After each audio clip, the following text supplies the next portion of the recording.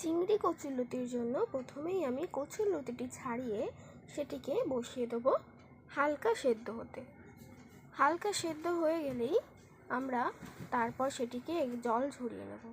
জল ঝরানো হয়ে গেলেই একটি পাত্রে সেই কচুরলতিটি সাথে কুচি কুচি করে রাখা পেঁয়াজ ও ডুমো ডুমো করে রাখা টমেটো সাথে দিয়ে দেবো হলুদ গুঁড়ো, লঙ্কা গুঁড়ো ও সাথে দিয়ে দেবো সরষের তেল।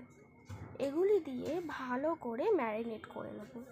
ম্যারিনেটটি হয়ে গেলেই তারপর আগে থেকেই ধুয়ে রাখা চিংড়ি মাছটি দিয়ে দেব। দিয়ে ম্যারিনেট করে 15 মিনিটের জন্য রেখে দেবো। তারপর কড়াইতে সরষের তেল দিয়ে সেই ম্যারিনেট করা কচুরলতিটি কড়াইয়ের মধ্যে দিয়ে ঢাকা দিয়ে কিছুক্ষণ পর পরিমাণ মতন নুন দিয়ে সেটিকে নাড়াচাড়া করে নিলেই ব্যাস আমাদের চিংড়ি কচুরলতি রেডি।